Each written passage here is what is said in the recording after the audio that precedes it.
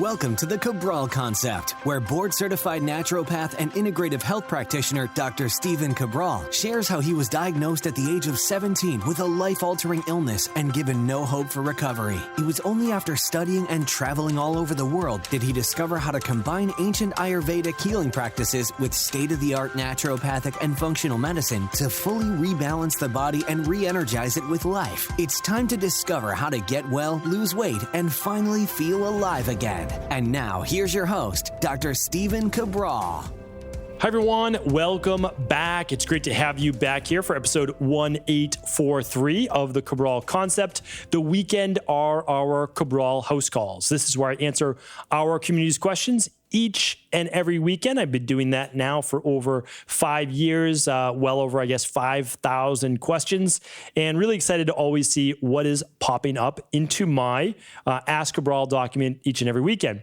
So yesterday, hopefully you did tune in. I know that we spoke about, or I should say just yesterday on Saturday, episode 1842, we spoke about morning sickness during pregnancy, what may help in order to heal that particular issue.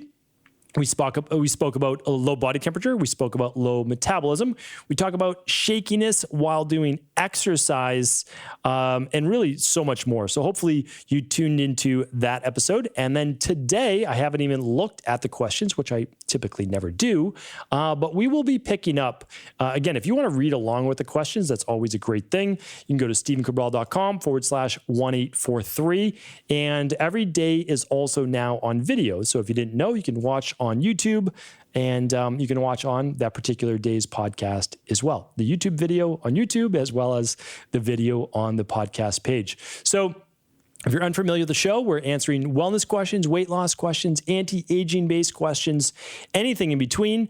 And these questions are typically about 6 weeks behind. Questions today are coming in from January 3rd and after. So if you ask your question before January 3rd, it's definitely been answered. I answered every single question that is on this, really no matter what. So today, this is coming out on February 21st, which means, again, we're about 6 weeks to 7 weeks behind. So about 7 weeks now. And typically we are. It's anywhere between 6 and 8 weeks. The more questions we get in, we run a little further behind because we try to get 12 questions in per weekend, every single weekend. Okay, well, we have our time. We like to keep the show around 20, 22 minutes. It seems to be a good time frame for most people to get it in on a daily basis. So knowing that we have to get our 6 questions in, let us get to work. First question is from Dustin. Dustin writes in and says, is the Daily Probiotic Support contraindicated for someone with a slight Candida overgrowth? I just got my Big 5 labs and it showed a minor Candida overgrowth. Part of my wellness plan is the Limited Yeast Protocol, and it will be a few months before I begin that. Therefore, I was curious if I need to discontinue my Daily Probiotic Support in the meantime, since it will be a little while before I do the Limited Yeast Protocol. Thanks for all you do. Dustin, thanks for writing in. If you're working with our team, then you're going to get the exact plan that's laid out for you. Just remember, every lab ordered through equa.life, as of right now, does come with a 30, 60, or 90-minute consultation based on the amount of labs that were run. So they'll have given you your plan. So you really, again, don't go by what I say, go by what your health coach says, that's for sure, because they have all of your data in front of you. Now, I'll just say, generally speaking, though, because I can't give any treatment plans, I can't give any cures, I can't diagnose disease on our podcast, that's for sure. That's for medical doctors only. The Daily Probiotic Support can be used by people with slight yeast overgrowth. And the reason is the people that wouldn't use the Daily Probiotic Support would be those people that already have a bacterial overgrowth, but not necessarily a yeast overgrowth. So I wouldn't be as concerned with someone with just yeast overgrowth as I would with someone with bacterial overgrowth, because we don't necessarily want to add more bacteria to the intestines before removing the excess or the imbalanced. So Dustin, hopefully that was helpful. Becky's up next. Hi, Dr. Cabral. I have a question. I contracted COVID back in July 2020. I wasn't very sick, just achy and had flu-like symptoms, but my smell and taste disappeared. I thought I was starting to get it back when all of a sudden I started smelling and tasting horrible things. Everything started to smell like rancid Thai food, and Now, as it is January 2nd, it's not any better. Only sweet things taste like anything, and everything smells awful. Do you have any suggestions on how to get my olfactory nerves to rebuild faster? Thank you. Yes, Becky, thanks for the question. We actually went over this on a previous podcast. I'm not going to, the easiest thing to do, honestly, is you go to stephencabral.com/podcast, swipe through the images at the top, click on the virus-based ones, and you'll be able to find it. But let me just save you a little bit of time as well. It will come back. It's come back for everybody that I know. Came back for me. I had it in January of 2020. Before it was all, before like it was just wild and in the mainstream, I had no idea what I had. And then later, we see all the symptoms, and it's basically like the flu, but you also have a tendency to lose your taste and smell. So, and obviously I know that there can be a greater severity to it, but honestly, the flu can be quite severe as well. So here's what you want to do. And what I recommend, again, I can't provide any treatment protocols. I would use daily foundational protocol level 2, just like I do, and level 3 if you want to add the enzyme. And I would use the immunity protocol because you want to make sure you're getting enough zinc back in your body. So you can use the FM zinc. You can use the new Zelderberry zinc lozenges. But most people will want to get between 25 and 50 milligrams of zinc per day. Until they get back that sense of taste and smell. Just also make sure that you don't have any bloating. If you have any bloating right now, you may have ended up with some digestive-based issues and some imbalanced bacterial flora. If that's the case, I would run the Candida metabolic and vitamins test, and if you're able to, the bacteria and parasite stool test, just to make sure you don't have an imbalance in gut bacteria. For the kind of that horrible smell taste that you may have in your mouth. That is not uncommon with people with bacterial overgrowth in the gut. Thanks, Becky. And again, all of those products and labs are available at equi.life, equi.life. Angela's up. Dr. Cabral, love your show and the work you do to help the community. I'm generally a listener curious in all different medical dilemmas you discuss on your show. However, I now find myself in search of answers. I recently had a dental implant, and the following day from the surgery, I woke up with the feeling of a lump in my throat that has persisted over 2 months now. The only time I don't feel the lump sensation is when I'm eating and drinking and when I'm asleep. I saw an ENT who diagnosed me with globus sensation, in which we are trying to rule out silent acid reflux first and then moving on to other possibilities of what might be causing this. In the meantime, I'm looking for solutions to help minimize the feeling of the lump.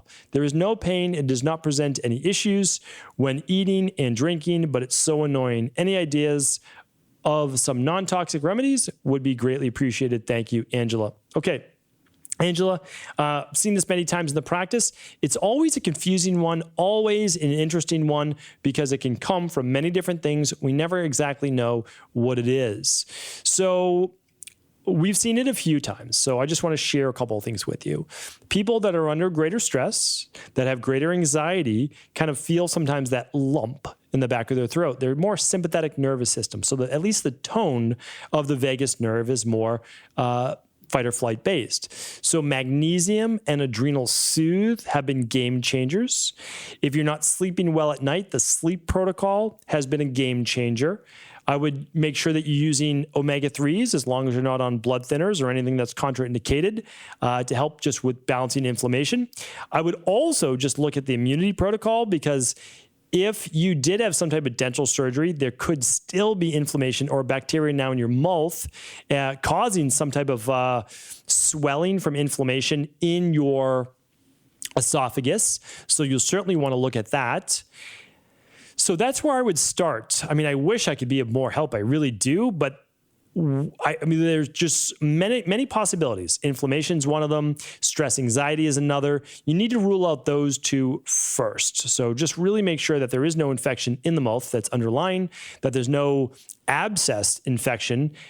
Try some oil pulling. That's always a good thing with either sesame oil or coconut oil or both. And that's what I would begin. And then, of course, you're welcome to write back in or begin to run some labs. Okay. Ashley's up next. I want to thank you for all your research you do to help everyone you can going through disease in their body. I suffer with pain and pressure in my stomach. Recently, I had a barium swallow done to make sure that my surgery from 2007 to repair a hiatal hernia done was still holding up. They noticed that I still have a lot of air trapped in my upper left colon. I have completed the food sensitivity test and cut out the foods I am sensitive to. I have celiac, acid reflux, dairy-free, no eggs, no vanilla or pineapple. I was wondering what your recommendation would be to help with this. I have listened to your podcast on the different tests to take and want to know which test to start with. Looking forward to working with you in healing my dis-ease.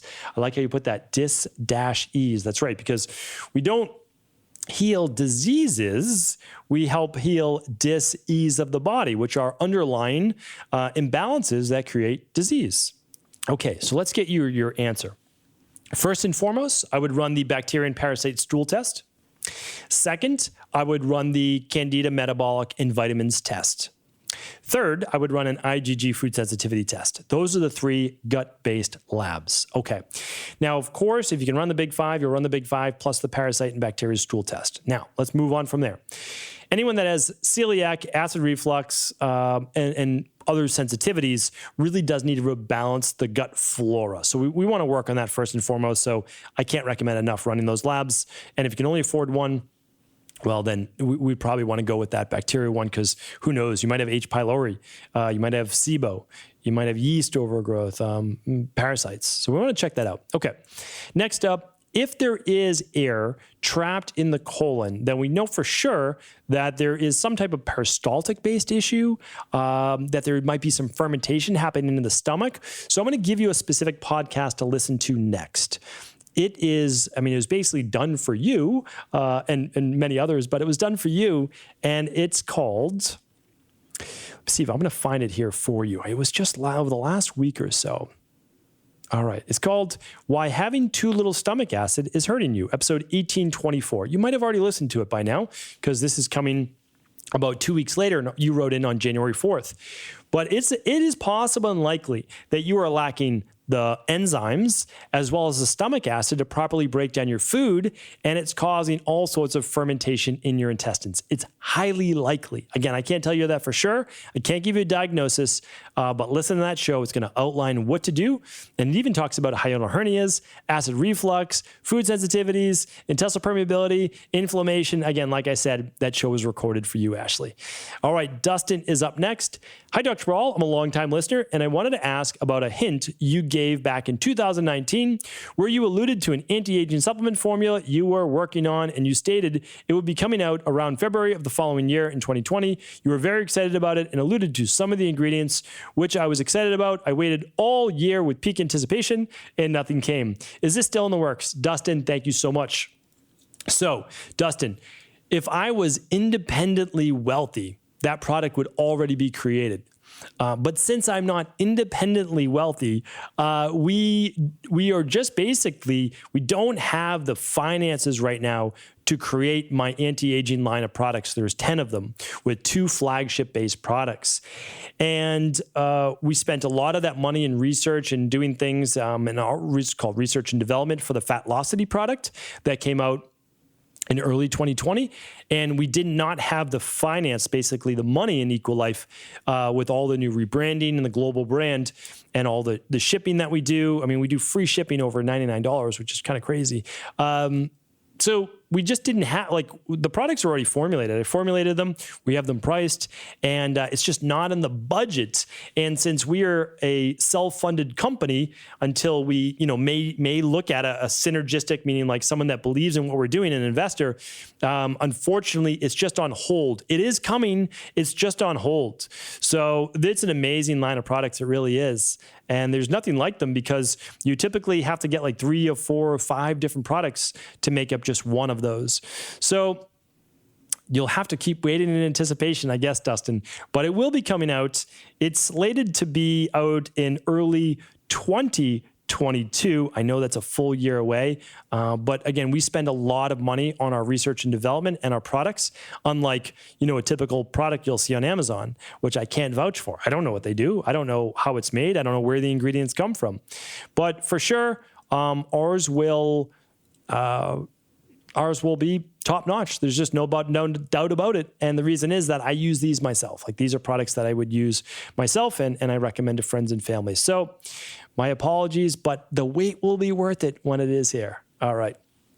Justin's up next. I was wanting information specifically on pulsatile tinnitus, and if regular tinnitus frequently accompanies that or not. I do have both, and I'm not sure if they're the major culprits to my insomnia or there's other underlying issues. I understand that pulsatile tinnitus could be a symptom of cardiovascular issues. I do have a heart murmur. Does that coincide with pulsatile tinnitus somehow? Justin, it's a great question. It's actually very interesting because I was just about to ask you to kind of qualify what type you had. And I believe I understand it to a better degree now that you told me that it happens more when you're lying down. So there are different types of tinnitus. Now, I've done many podcasts on tinnitus.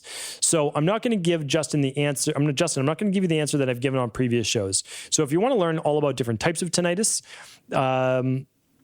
and why you might have that ringing in the ears, just go to stevencabral.com/podcasts, type in ringing in ears or just ringing, type in tinnitus, and you'll find different types of shows kind of where the keywords are different, okay? But in terms of what you're talking about specifically, it's possible it's cardiovascular. It's definitely possible, but that doesn't mean that you have a diagnosis for cardiovascular issues.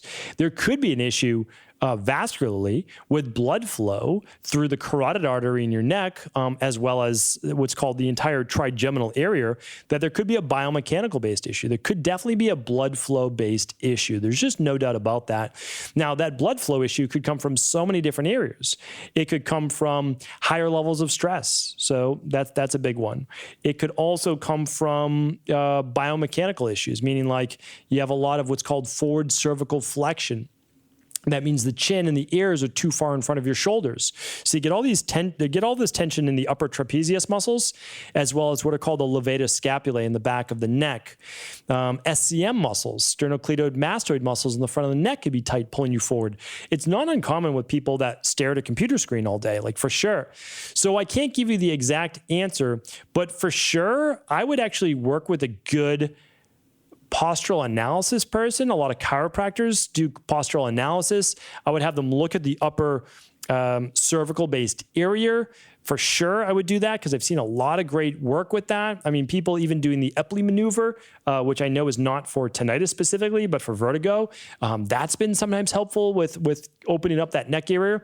And then, of course, I would look at, the electrolytes. So I would run the Big Five, or at least the starter kit, to look at your B vitamins and your magnesium levels. And if you can't run those labs, I would at least potentially begin to use the Daily Foundational Protocol Level 2. So, Justin, that's where I'd start. So, good question. Hannah's up next, and Hannah's up last. Greetings, Dr. Cabral. My dad is 62 years old. He's been battling congestive heart failure and is sadly pumped full of pharmaceuticals to deal with everything. He had 2 mitral clips inserted this past October and is now being evaluated to hopefully be put on the list for total heart transplant. It's so tough and sad to watch him go through this, and I wish we didn't have to struggle so much. Would working with a skilled naturopathic doctor be possible, even with his condition and dozens of medications? What would you do in this situation? Thank you so much for shining your light. Hannah, thank you so much. And I know it's obviously very challenging. You hate to see one of your parents at such a young age go through this. And, part of it is, of course, genetic, part of it's lifestyle. And then, of course, we have what pharmaceuticals do to the body. But in this case, of course, your dad needs the pharmaceuticals to stay alive right now. So here's what we need to do. You could absolutely find a naturopathic doctor in your area, and that is exactly who I'd recommend working with. I'd recommend working with a functional medicine medical doctor or a naturopathic doctor. And just because this is a little bit more medical based, you'll probably want to go to that level for sure. And yes, they absolutely could help because they'd have to know what your dad's on for medications, which is why you don't want to just work with a health coach in this particular situation. Although I think in most situations, health coaches are the way to go. I really think for most people in terms of the finances, the investment, and the health coach's knowledge and the amount of time they're able to spend with you, I think working with an integrative health practitioner for sure is the way to go. But in this case, a naturopathic doctor or functional medicine doctor would be the way to go because of all the different medications and the serious medical-based issues. Because, can your dad use an omega-3? It'd be amazing if he could, but I don't know because he could be on blood thinners and most likely is. Could your dad use a daily nutritional support powder? Probably, but again, you have to check with your medical doctor or the naturopathic doctor. So Hannah, that is exactly what I would do. And after the heart transplant, of course, now they're going to be on medication so that they don't reject the new organ. And of course, that's why you want to work with your specialists, your PCP, as well as that functional medicine and naturopathic doctor as well. So I wish you and your family all the best. I mean, again, keep hopes high. There's no doubt that your dad can't continue on to have a really great quality of life. So, keep that hope alive and let us know always how we can help Hannah. Thank you so much, everyone. Thanks for tuning into this weekend's Cabral House Calls. Hopefully they were helpful. And of course, if they were, please do feel free to share them with anyone you believe they can serve. And don't forget to tune in tomorrow where we start our week off right every week with our Motivation and Mindset Monday. Thank you so much for just tuning into the show. And before you go, I want to make sure that if you have not previously checked out our online practice at equa.life, I can't recommend it enough this week. And here's why. Right now at EquaLife, we are giving away our immunity bundle completely free on all orders over $199. Let me share with you why this is such a big deal. This is the exact protocol we are recommending and have been recommending before all the other protocols had come out way back in March. So basically a year ago. This is the vitamin C, the balanced zinc, and the vitamin D that most people need, if not everyone, in order to keep their immune system firing on all cylinders.